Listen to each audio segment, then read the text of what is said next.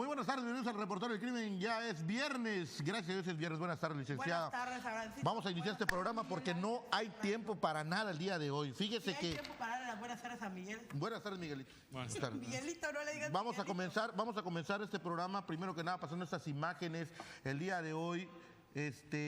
pues estuvimos ahí con Víctor Alfonso Cach Vázquez, de 19 años de edad. Este muchacho que ya le pasamos la historia fue atropellado, perdió prácticamente la pierna, está muy grave, estaba muy grave, ya afortunadamente se dio la infección, ya encostró la parte de la pierna que tenía la infección. Entregué el dinero, el sobre que trajeron acá al estudio. La acuse de recibo por parte de este muchacho, le entregué también pañales y que habían traído acá al estudio, la gente que la había traído, ve usted la herida, ya afortunadamente ya se dio la infección, están esperando que le den obviamente la atención médica, la próxima semana va a tener consulta médica para que determinen si lo operan o no lo operan. La operación son cerca de 80,000 pesos, sin embargo se está teniendo en el Hospital de Especialidades Médicas Javier Enfil Osorio y obviamente lo fuimos a visitar, nos regresó medicamento que no le sirvió, nos regresó la cama inflable que también ya no le sirvió, la tenemos aquí en el estudio para la gente que le haga falta, con gusto vamos a visitarlos y le vamos a donar este colchón inflable que no lo utilizó, pero que nos los donaron y que obviamente lo vamos a tener para cualquier persona que necesite, está disponible. Mayavisión tiene el compromiso de ayudar a la ciudadanía de escasos recursos y obviamente hacer el vínculo entre la sociedad y las personas que estén más necesitadas. Obviamente nosotros solamente somos un vínculo para poder hacer llegar el apoyo. Gracias a la gente que ha estado apoyando, seguimos esperando su apoyo. Estas imágenes son del día de hoy, ya afortunadamente ya va mejorando la pierna de esta persona, la fractura que tiene en la pierna también ya está sanando y obviamente estamos esperando que lo atienda el médico para ver si lo operan o no lo operan.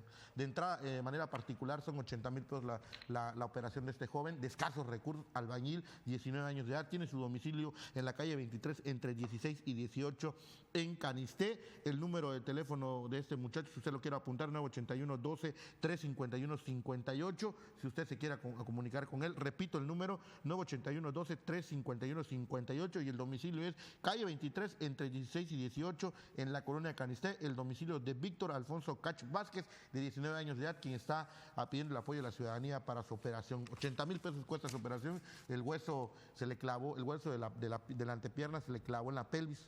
Disculpen si no soy muy específico en la cuestión de los huesos porque no soy médico, pero bueno, para que usted entienda, ese hueso de la pierna, con el accidente se le clavó entre la pelvis y está una operación. Bueno, vamos a irnos de lleno con la información, Alejandra, el suicidio número 15 en lo que va de este año. El día de ayer por la noche se dio un suicidio más de un joven, 26 años de edad. Esta persona, quien tenía su domicilio en la colonia Esperanza, Francisco Javier Zapata, pues era albañil. Discutió con su esposa momentos antes, su esposa salió de la casa, sin embargo cuando regresaron le encontraron colgado en el interior de su vivienda. Hasta el lugar llegaron personal del Servicio Médico Forense de la Fiscalía del Estado, quienes tomaron conocimiento de este suicidio, el número 15, el día de ayer. Escuchemos este aspecto con audio. ¿Tenemos el aspecto con audio, licenciado? Tenemos el aspecto con audio. Adelante con el aspecto con audio.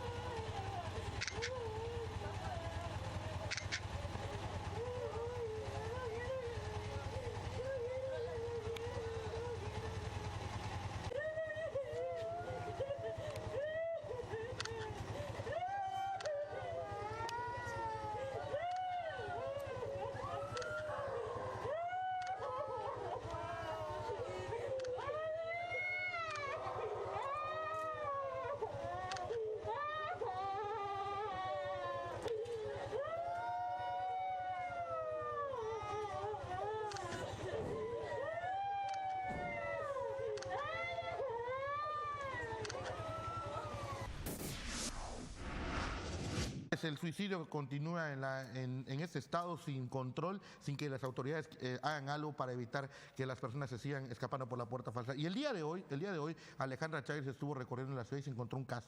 Habló a la Fiscalía del Estado, Ricardo Acosta, le habló directamente y se negó a dar la atención, ¿sí o no? Así es, porque esta persona se encontraba alcoholizada, se acercó a mí, me comentaba la situación de que se encontraba triste y que se quería ahorcar. Sin embargo, al solicitar el apoyo, me comentaban que no se podía atender porque esta persona pues estaba en la calle donde me encontró y estaba alcoholizada. Imagínese.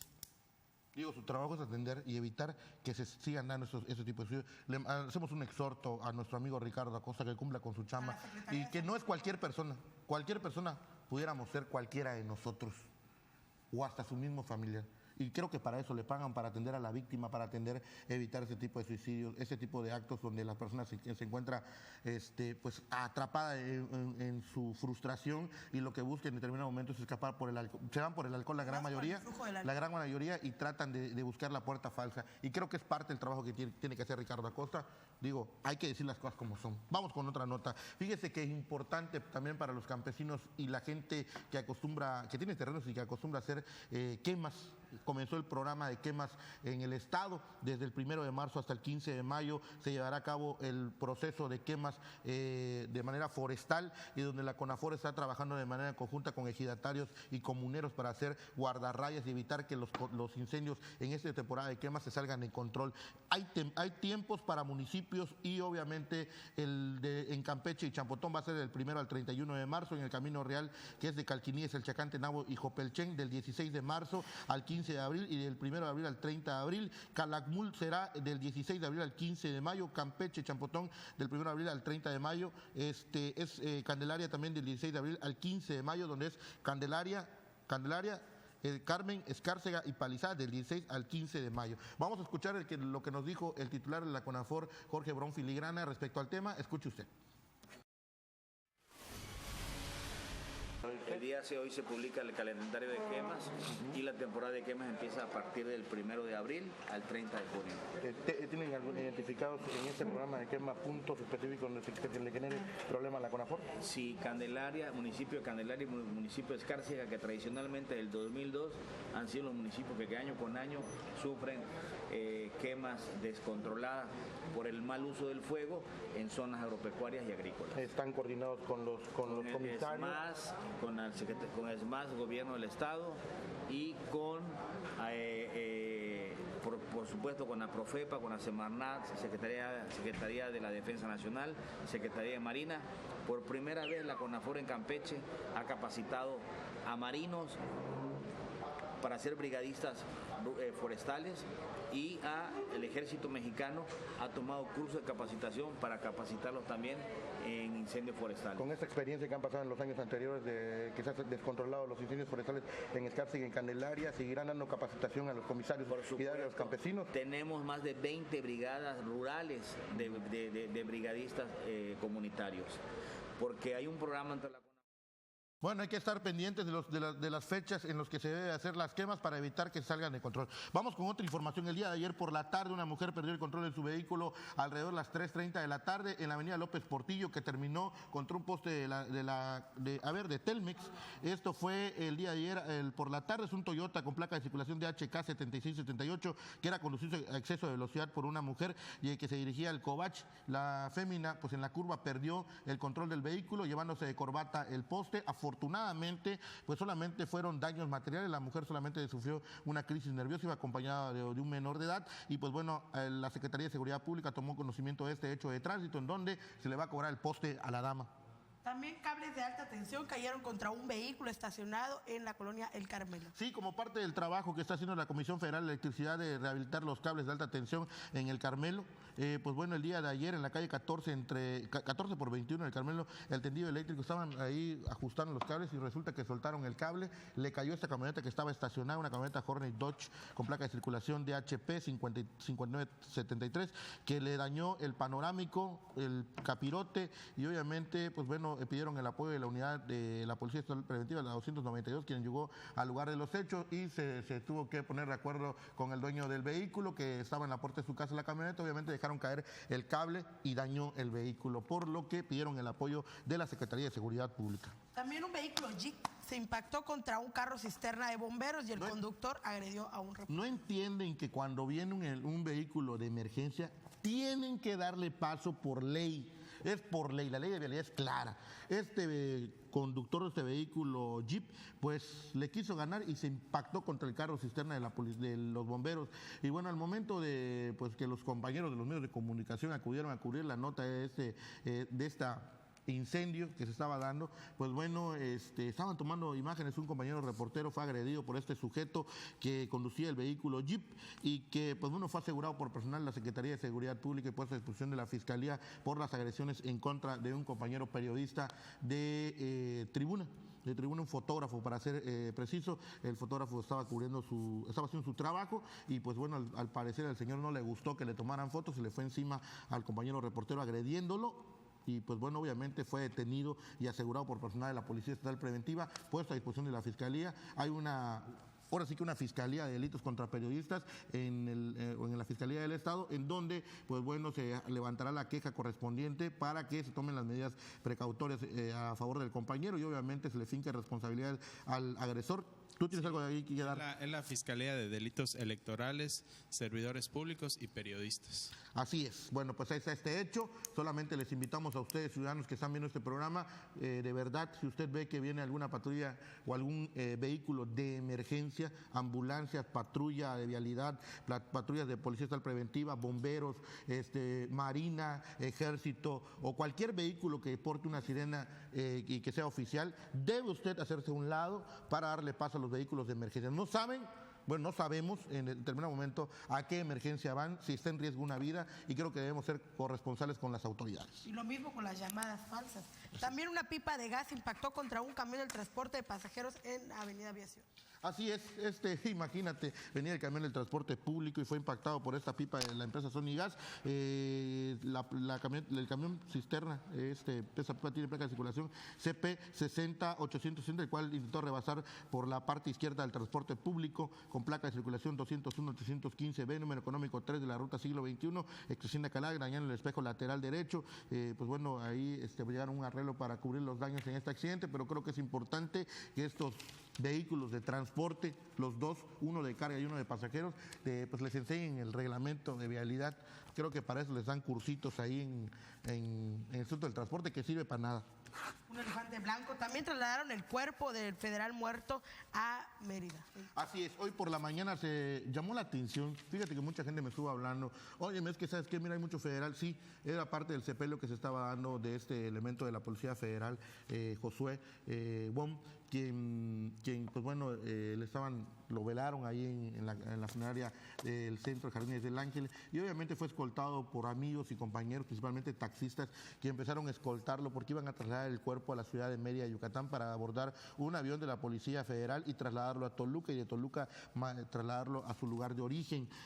Pues bueno, taxistas y un gran número de elementos de la Policía Federal escoltaron el vehículo que trasladaría el cuerpo de este policía federal que fue ultimado de un tiro en el pecho en días pasados al tratar de evitar el robo de un camión de transporte de medicamentos, como bien informados en este espacio de noticias. Pues bueno, el día de hoy llamó la atención de mucha gente me estuvieron hablando, oye, ¿qué pasó? Que mira que hay mucha patrulla en el federal, en el primer cuadro de la CET, iban cerrando el paso a la circulación para que taxistas y amigos acompañaran pues bueno, la carroza fúnebre de este elemento de la Policía Federal, que fue trasladado, como bien le digo, a la ciudad de Mérida, Yucatán, y de ahí iba a abordar un avión para ser trasladado a Toluca, y de Toluca a su lugar de origen, que es Puebla, ¿verdad, Licio? San Luis Potosí, perdón, San Luis Potosí. Vámonos con un roban el restaurante Clamatería. La Clamatería, ubicado en el barrio de San Román, en la calle 10 y Bravo, en donde el propietario indicó que ellos cerraron a las 4 de la mañana y retornaron a las 8 del día de hoy, y pues resulta que se encontraron con que ya habían robado. Se llevaron 4 horas bastó. Sí, 4 horas, un desarmador y un martillo, con un desarmador y un martillo sustrayeron, forzaron las puertas, y obviamente se llevaron equipo de cómputo, vino de todas las marcas, se dio aviso a la Fiscalía del Estado, y pues llegaron a tomar pues las pesquisas correspondientes, pero al final pues ya les habían dado baji. Con los vinos, Con los vinos. Es viernes. Vamos con la entrevista, tenemos una entrevista. ¿Cuál entrevista, licenciado? De este robo. ¿Tenemos entrevista de robo, licenciado? Sí. Adelante. A las 2 de la mañana lo cerramos. ¿Qué fue lo que sustrajeron? Mis computadoras, mis bebidas, las caras, whisky, champán, brandy, ron. primer cuadro de la ciudad. Imagínense, en San Román no debería haber vigilancia, el malecón de la ciudad cerquita. Pero bueno, ahí está, ahí se lo dejamos. Vamos a ir a un corte. Regresando del corte, le voy a dar la introducción de este reportaje que hicimos para toda la gente que tiene problemas familiares, de custodia de niños y obviamente de cuestión de pensión alimenticia. Vamos a regresar con esa entrevista, regresando del corte. Adelante.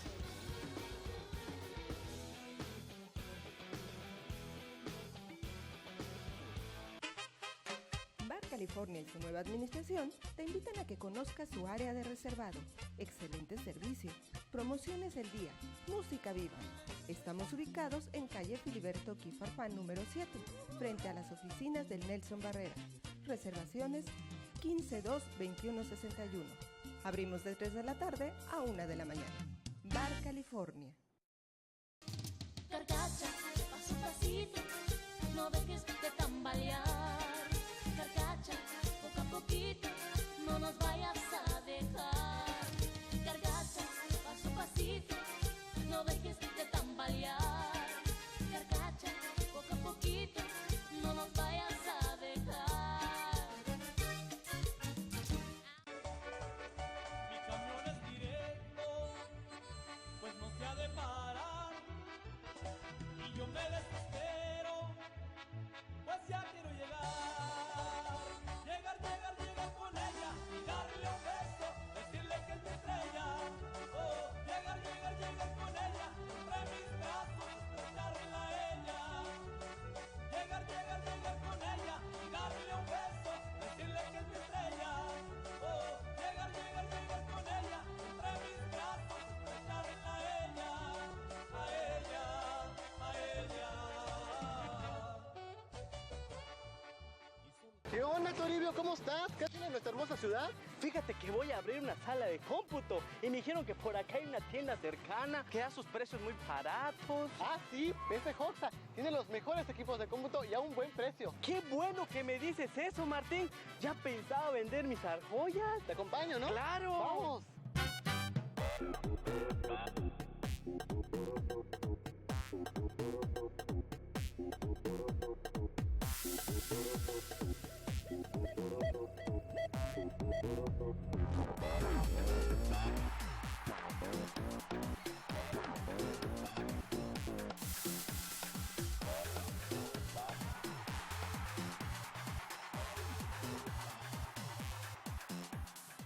Mare Martín, sí que los campechanos dan más barato que los yucatecos. Hasta para la tanda me dio. Lo dije, Toribio, así es PC Hoxa, siempre pensando en nuestra economía. Restaurante a Chihuahua. Ven y disfruta con tu familia y amigos los mejores cortes de carne, cabritos, hamburguesas. Contamos con área para niños. A Chihuahua tiene disponible para ti 4 salones.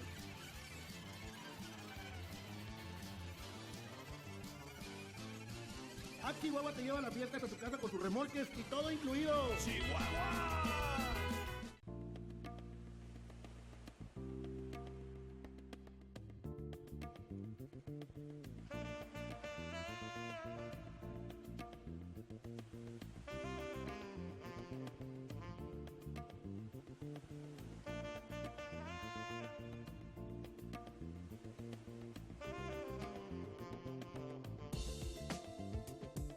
Restaurant Los Casitos. Restaurant Los Casitos les ofrece una gran variedad de carnes y platillos al estilo Michoacán. Venga a disfrutar de nuestra especialidad en maciza, pozole al estilo Jalisco y la birria. Sábados y domingos le ofrecemos barbacoa al estilo Hidalgo para satisfacer el paladar más exigente. Acompañado de su refresco favorito, cervezas y licor de su preferencia. Nos encontramos en Avenida López Mateos, Colonia Bosques. Trabajamos todos los días de 10 de la mañana a 6 de la tarde. Restaurant Los Casitos. Unidad de Rescate de Columna Vertebral soluciona su problema de hernia de disco sin bisturí. A través de avanzadas técnicas de tomografía y ultrasonido 3D a color, accedemos directamente al disco herniado. Evite peligrosas cirugías o inyecciones a ciegas. No requiere hospitalización, cortes ni anestesia. Pronta recuperación. Exclusivo en Centro Radiológico de Campeche. Pregunte por las opciones de tratamiento gratuito.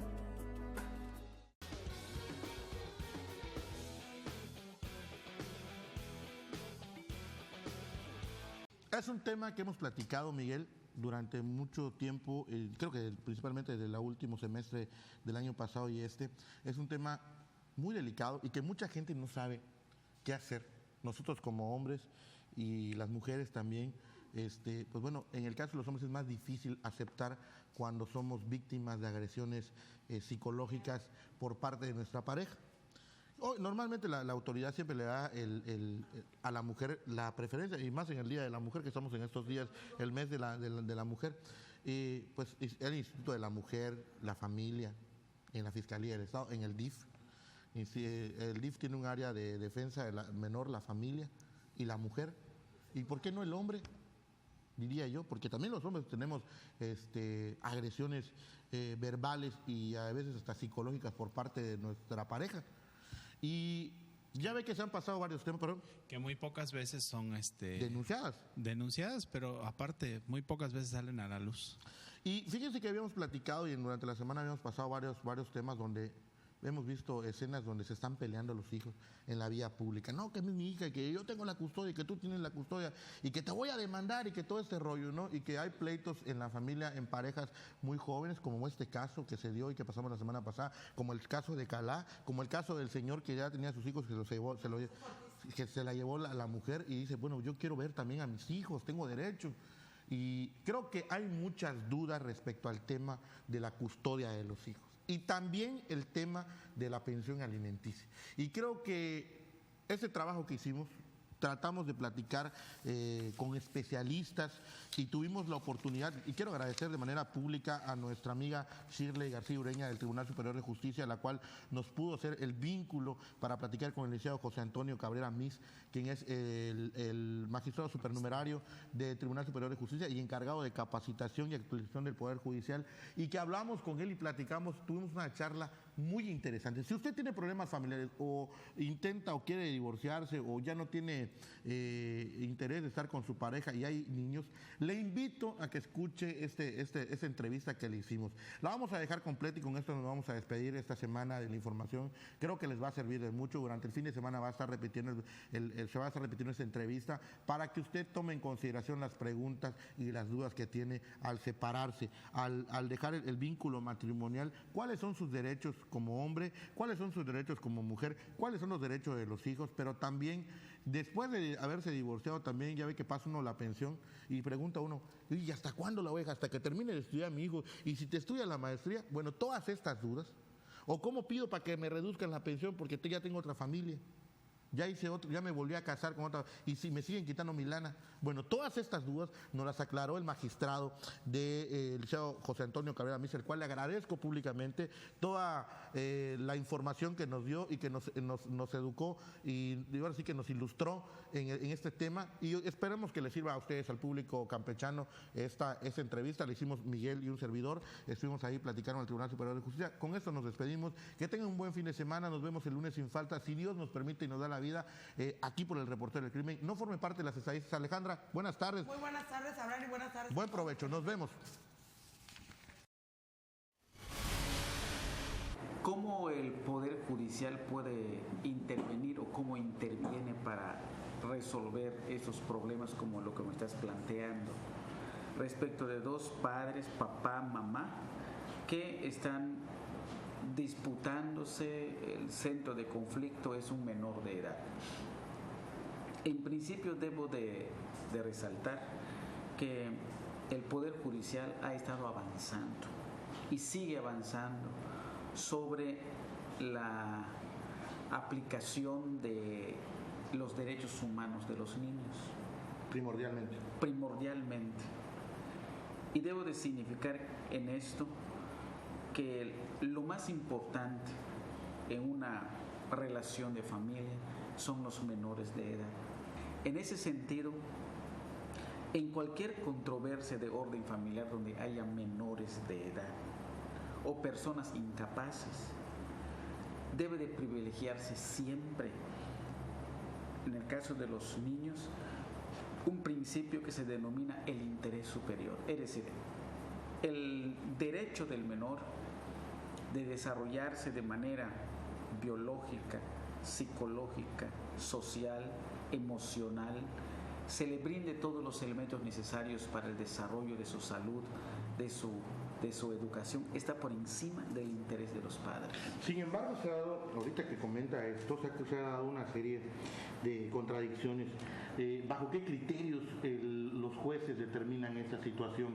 Porque muchas veces, por darle la razón a la mujer con las nuevas reformas que han habido, de que ahora las mujeres no la puedes tocar porque te demando, te acuso de violación, pues se aprovechan de todos los beneficios que le ha estado dando la ley para poder pues manejar la situación en determinado momento. Y veíamos un caso particular en la colonia Calá, donde se da un hecho, en donde la pregunta sería, ¿bajo qué criterios ustedes como jueces determinan con quién se debe de quedar? Si bien es cierto el interés superior, como bien acaba de comentar usted, del bienestar del menor, ¿cómo se enteran ustedes si realmente uno u otro tiene ahora sí que las mejores condiciones para mantener a un menor?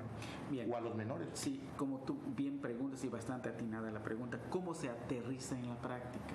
Es decir, el juez, para que pueda decidir a favor del menor, pro menor, es un concepto novedoso que ya se está aplicando, pues se requiere de medios de prueba.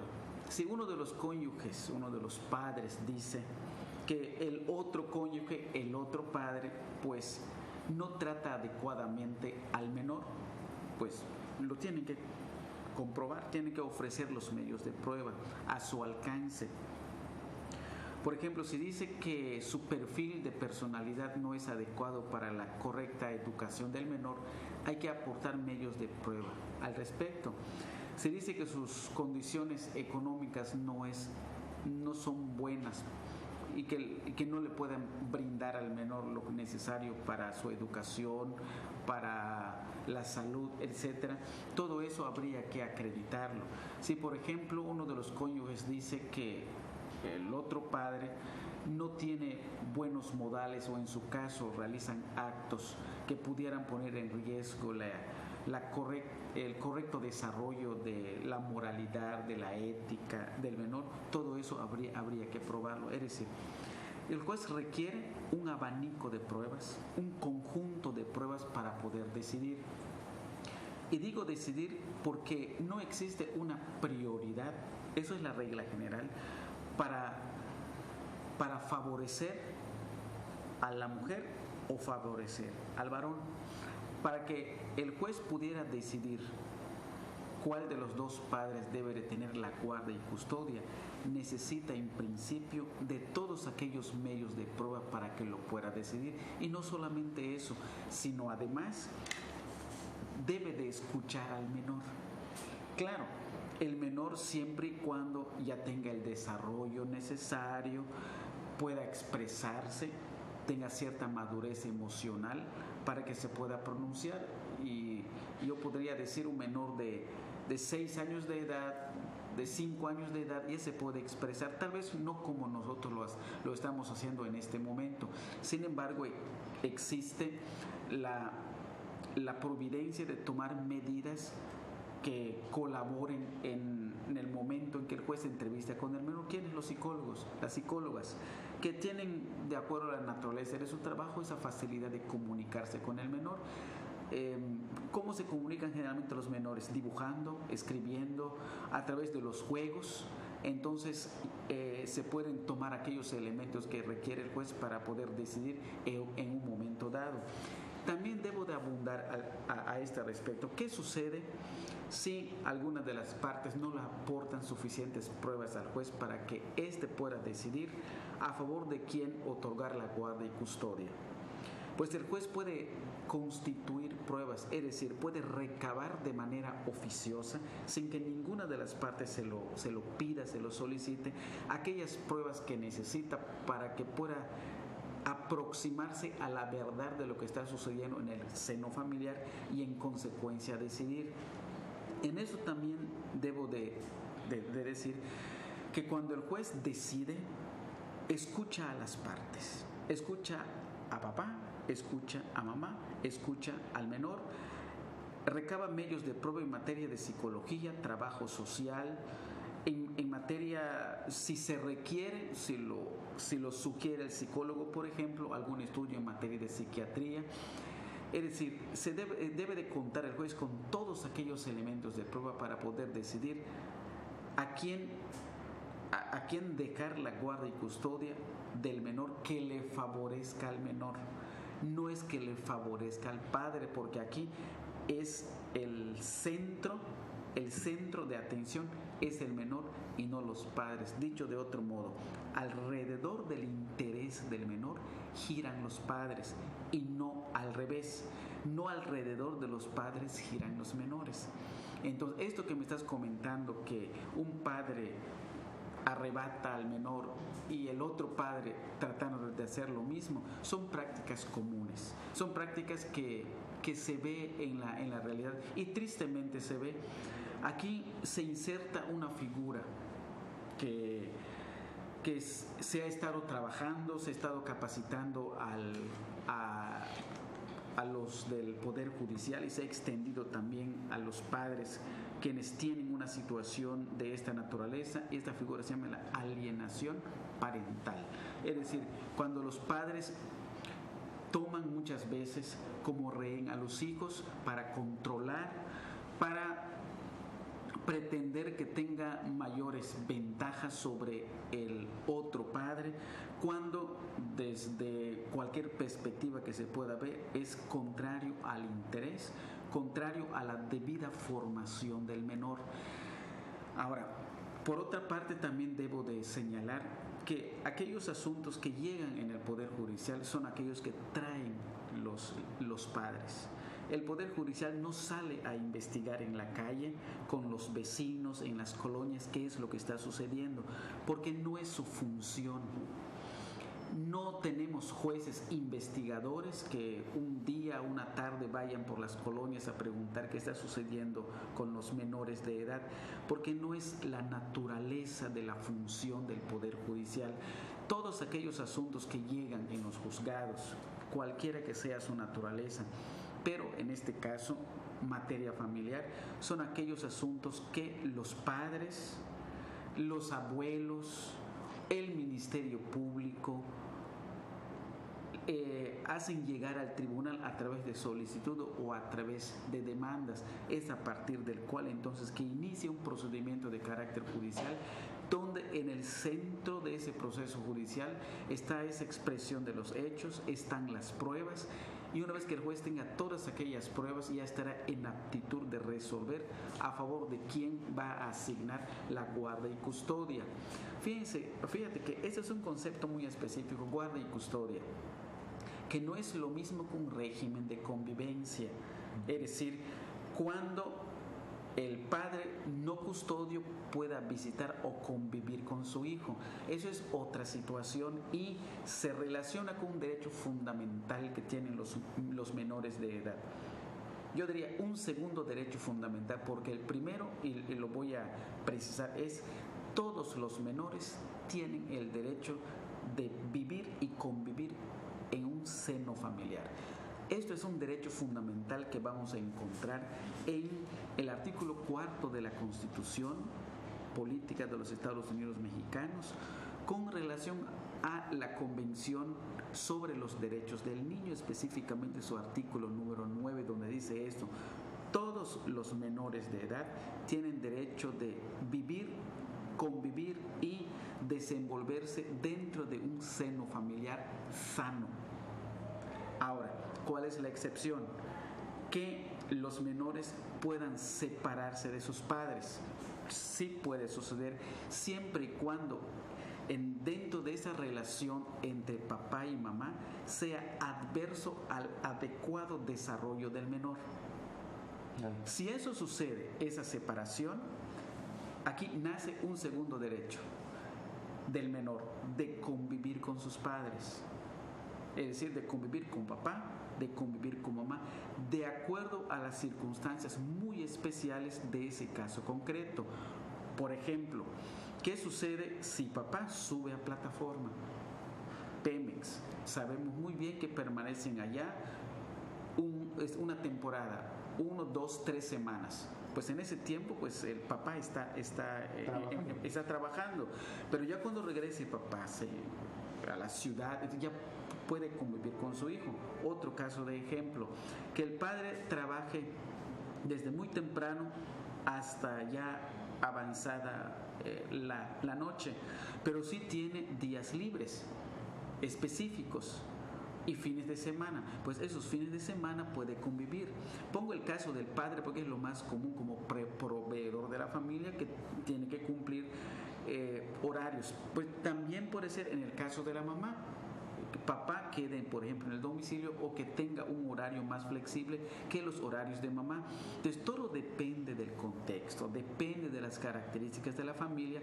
Es cuando en primer orden el juez va a privilegiar el diálogo entre los padres. La pregunta también que nos surge, bueno, independientemente de que ya está determinada la situación, que el juez conoce cuál es la situación y que se toma una determinación en cuanto a la guardia y custodia de los menores, no es definitivo.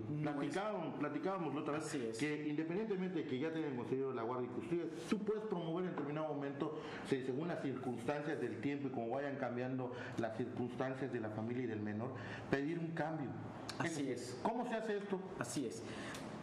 Hasta este momento estamos platicando todos el procedimiento y las medidas que debe tomar el juez para asignar o para decidir guardia y custodia.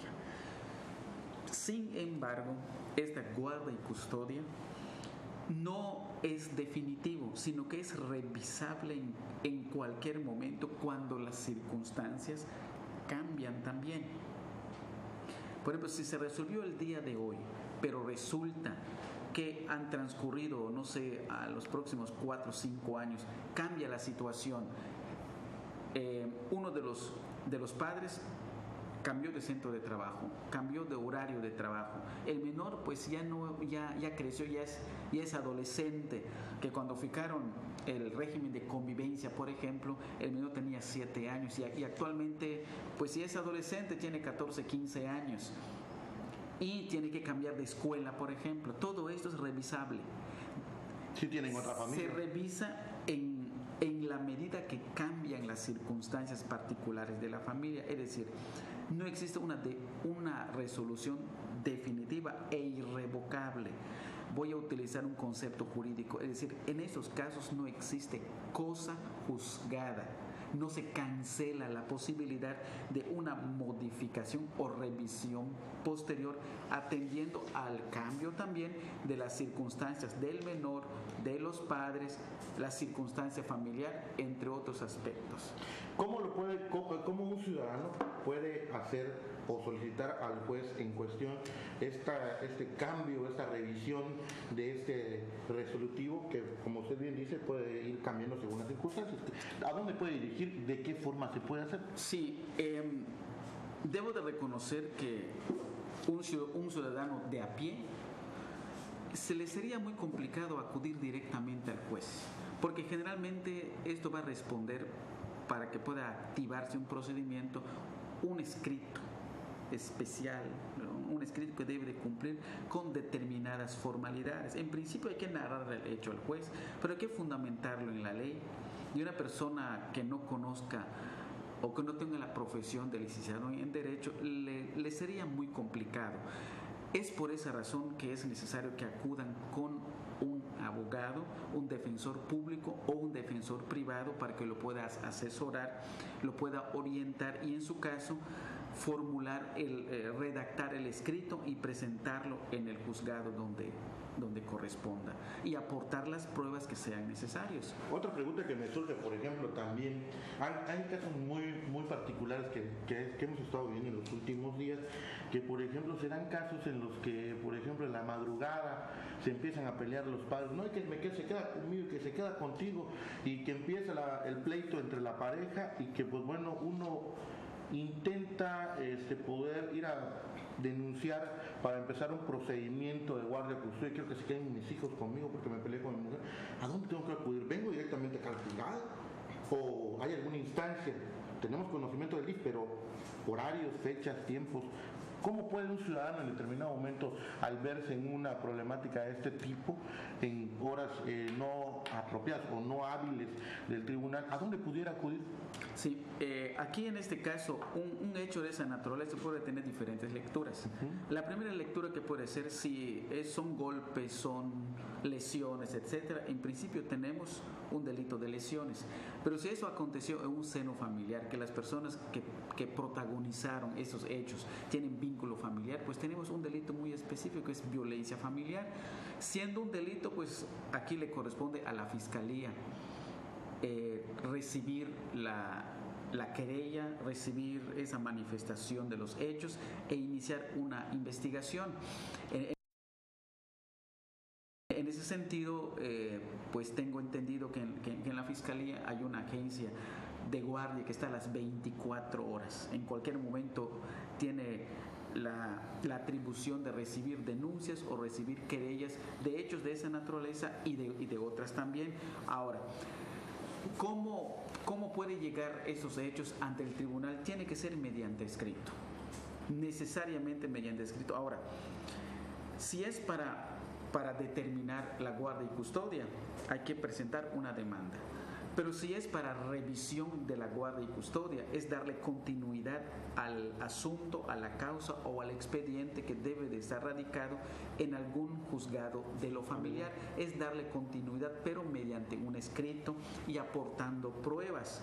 En materia jurídica hay un principio procesal por excelencia que dice: el que afirma está obligado a probar.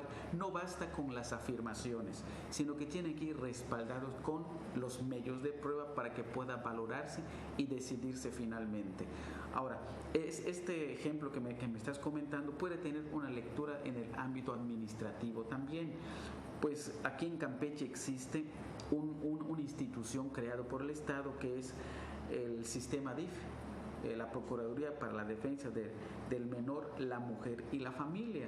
Entonces ahí también hay asesores en materia jurídica, tienen un equipo multidisciplinario donde puedan atender y asesorar sobre estos casos, y ellos, al valorar la naturaleza y las características del hecho, deba de llegar al conocimiento de los tribunales o al Ministerio Público. Yo creo que iniciará un procedimiento y finalmente se determinará pues las consecuencias de esos hechos. Yo le preguntaba esto porque hemos visto muchos casos en los que se dan ese tipo de problemas familiares y de repente la señora dice: te vas de la casa, te denuncio porque por abandono de hogar. Y pues en este caso el varón, como usted bien decía el nombre de esta institución del DIF, Defensa para el Menor, la Mujer y la Familia. ¿Y por qué no por la defensa del hombre? Porque también se dan casos en los que el hombre es golpeado, ¿no? o es violentado, no nada más de manera verbal, psicológica, como también pasa con las mujeres. ¿Por qué no darse de esta forma, no? Y surgen esas dudas, y por eso queríamos platicar con usted, porque bueno, muchas veces muchos padres, pues hay la discusión en el seno familiar y pues prefieren quedarse para evitar mayor problema, pero siguen siendo víctimas de agresiones verbales y psicológicas. Cierto. Entonces, por eso la pregunta: ¿qué se puede hacer en este entorno? Es ir a la Fiscalía. Así es. Y puede ser tanto hombre o como mujer, según sea la víctima. Fiscalía, delito. Esto que me estás comentando, ¿por qué la Procuraduría para la Defensa del Menor, la Mujer y la Familia, dónde queda el varón? Una ocasión pregunté, y a quien le pregunté me respondió. Dice: es que la tendencia es, la historia enseña que quienes son mayores víctimas son los niños y son las mujeres.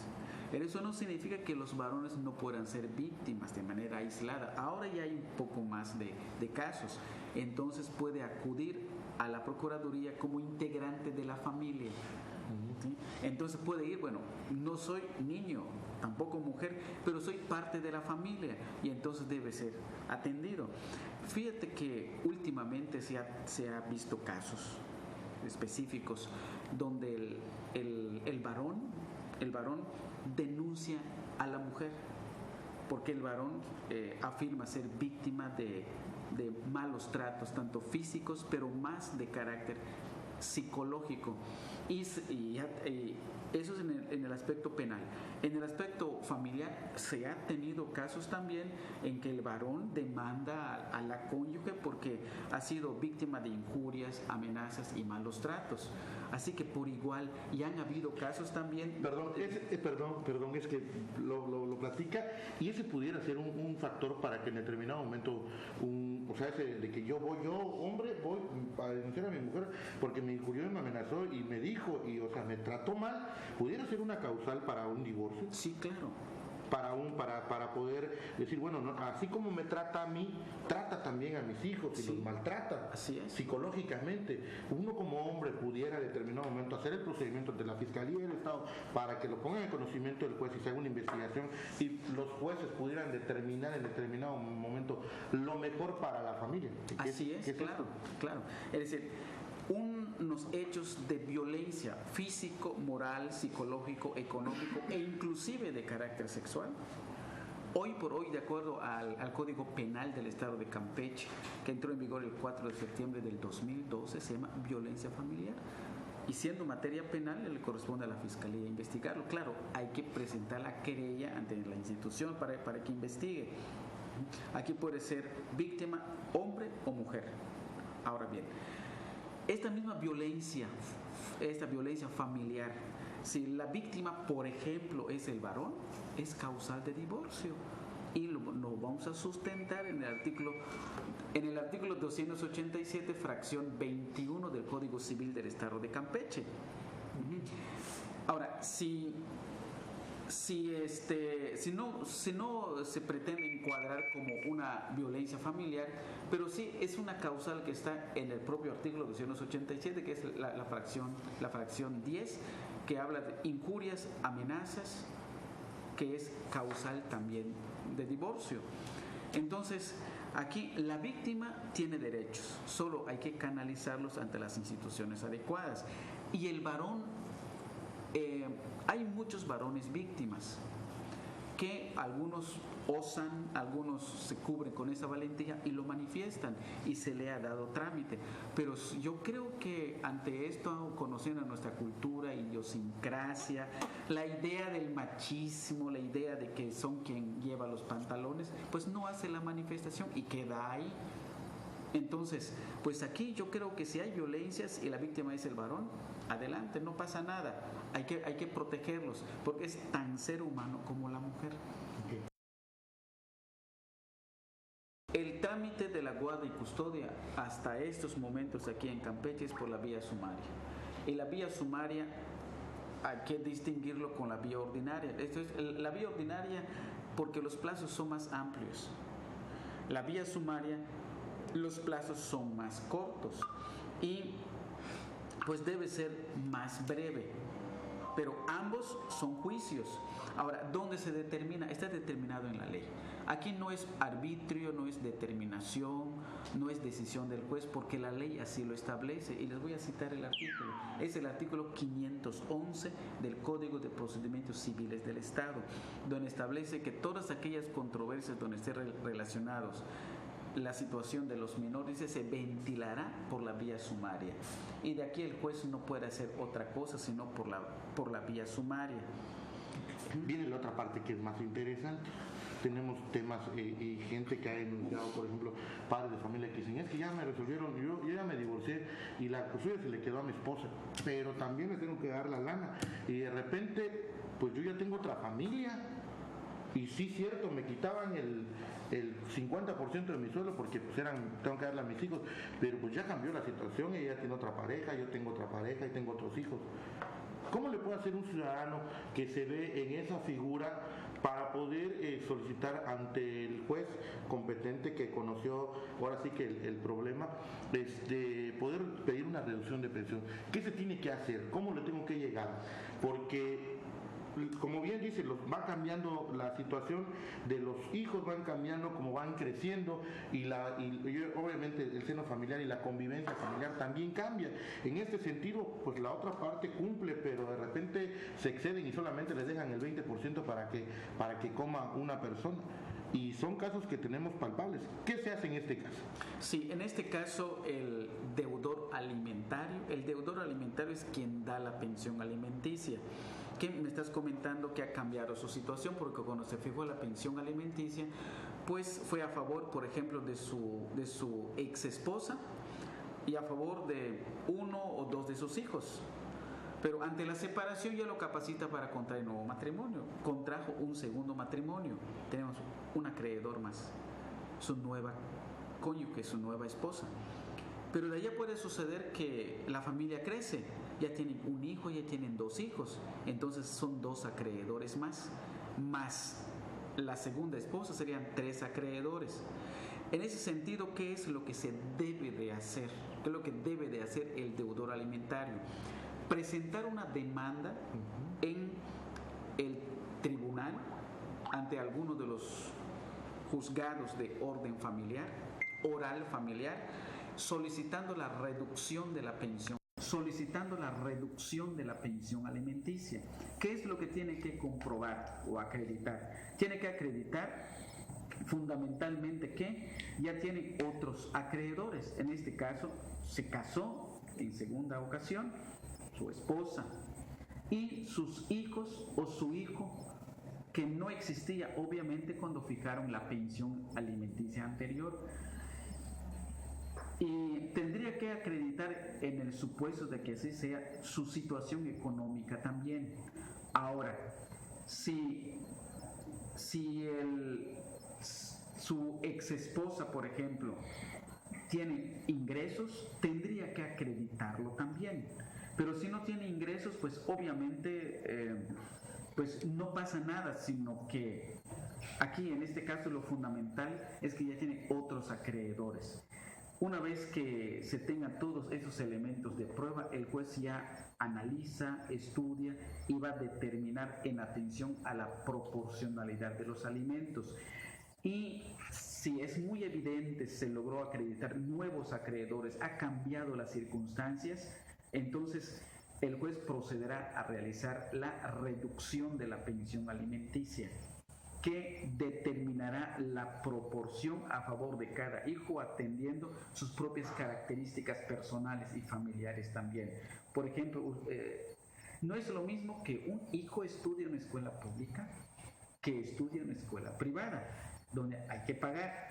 No es lo mismo que un hijo que sea sanito, que muy pocas veces visite al médico, que con un hijo que padezca alguna enfermedad y que constantemente tengan que visitar al médico. Todo eso el juez lo toma en cuenta, pero hay que comprobarlo, hay que acreditarlo para que pueda determinar la proporción de la pensión alimenticia.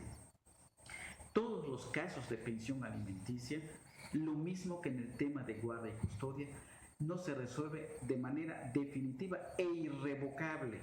Es revisable en cualquier momento, en tanto va cambiando también las propias circunstancias de quien debe de pagar la pensión alimenticia, de quien debe de recibir la pensión alimenticia o el incremento de acreedores alimentarios. Si me quedo sin trabajo.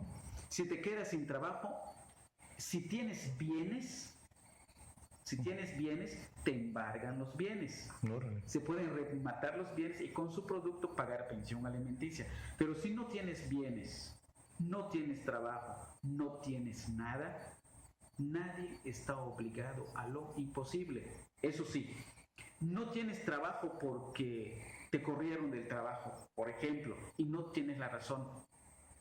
Pues es entendible, pero si no tienes trabajo porque renunciaste, mucho cuidado, porque es delito. Ese es un punto. Otra duda que hay, que por ejemplo, en cuestiones de pensión nos ha tocado casos en los que, señores de que, oye, ya mis hijos tienen 18 años, ¿hasta dónde se termina la pensión? Porque ya terminó la carrera y este cuate, pues, sigue estudiando. ¿Hasta dónde? ¿Hasta dónde llega la responsabilidad de seguir pagando? O la protección al menor, llega a 18 años y ya terminó la licenciatura y todavía sigue que le siga dando pensión que porque quiere seguir estudiando una maestría. ¿Cómo será eso? ¿Hasta dónde? Mire, debo de mencionar, recordar cuál es el objetivo de la pensión alimenticia. Es muy claro el artículo 324 del Código Civil del Estado de Campeche cuando dice que la pensión alimenticia es la comida es la habitación, es la asistencia médica, es educación, pero ¿educación para qué? Para adquirir profesión, arte u oficio. En este caso estamos hablando de profesión. ¿Hasta cuándo una persona es profesionista? Pues normalmente nosotros entendemos profesión casi como sinónimo de licenciatura.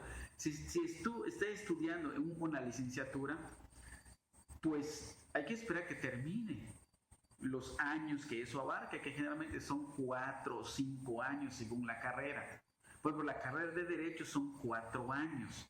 Casi todas las carreras de la Universidad Autónoma de Campeche, por ejemplo, son 4 años. Pero hay otras universidades donde son 3 años, según sea la carrera y la institución. ¿Hasta qué momento una persona podemos considerar que está capacitada para desempeñar la profesión que está estudiando? Creo que hasta el título. Si no tiene el título, creo que es difícil que lo contraten en alguna institución o en alguna empresa. Pero al concluir los años de clases, de ir todos los días o fines de semana en su caso, habría que darle un término prudente para que se titule. ¿Cuánto tiempo sería lo prudente? Habría que analizar la institución. ¿Cuál es el tiempo de titulación? Pero vamos a pensar, 6 meses, 8 meses, 1 año. Al vencerse este plazo, o dentro de este plazo, el deudor alimentario tiene la obligación de seguir proporcionando la pensión alimenticia hasta que el hijo pueda titularse.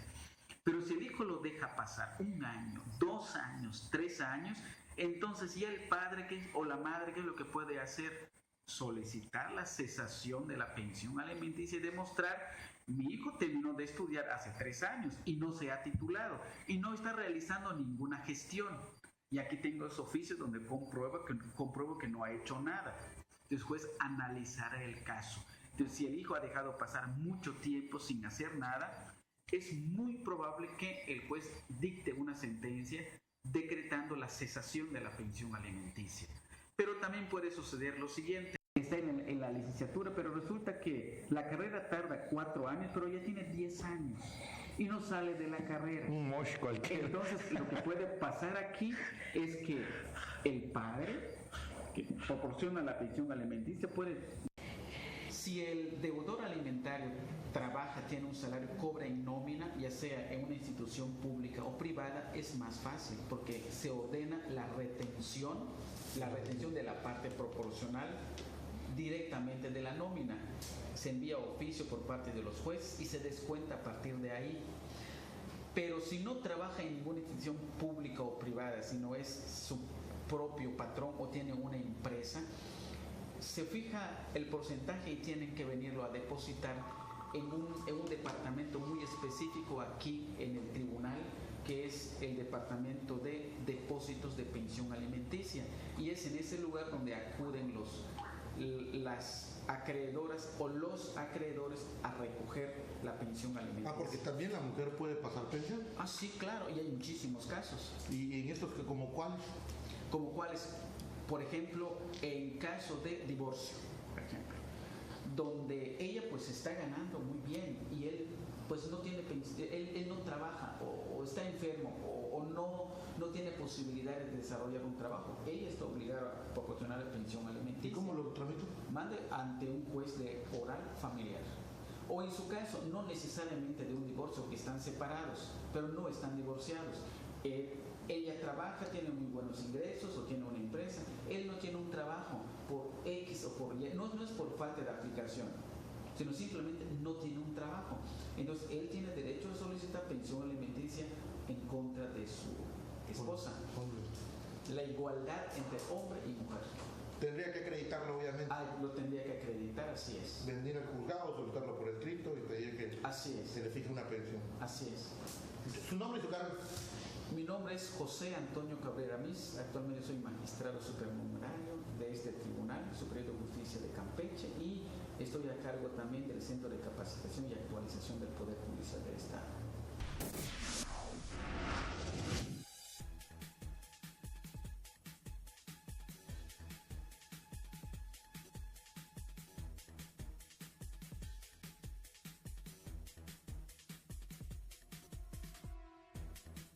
Bye.